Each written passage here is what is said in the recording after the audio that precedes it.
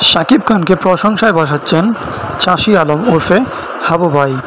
হাবু ভাই সবসময় শাকিবের শাকিব খানের জন্য পজিটিভ, তার রিভিউ সবসময় শাকিবের প্রতি পজিটিভই থাকে।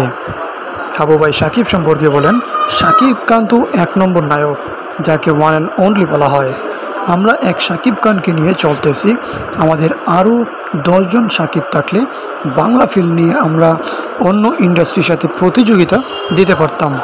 পরপর ভালো ছবিগুলো কিন্তু শাকিব খানও দিচ্ছে, বাইরের ইন্ডাস্ট্রি বলছে শাকিব কিছু একটা তার সে যোগ্যতা আছে বলেই তো বলছে।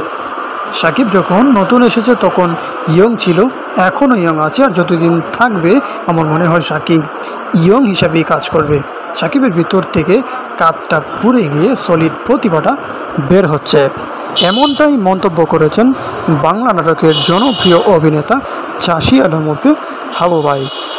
সো ভিউয়ার্স, আপনি হাবু ভাইয়ের সাথে একমত কিনা জানিয়ে দিন আপনার মতামত। তবে আমি বলতে চাই, এই মুহূর্তে শুধু বাংলাদেশ নয়, কলকাতা বলেন, বাংলাদেশ কলকাতা মিলিয়েও শাকিব খানের মতো আরেকজন নায়ক আপনি দেখাতে পারবেন না, যার এত সফলতা, যার ভরসা, যেই একমাত্র ভরসা ইন্ডাস্ট্রির।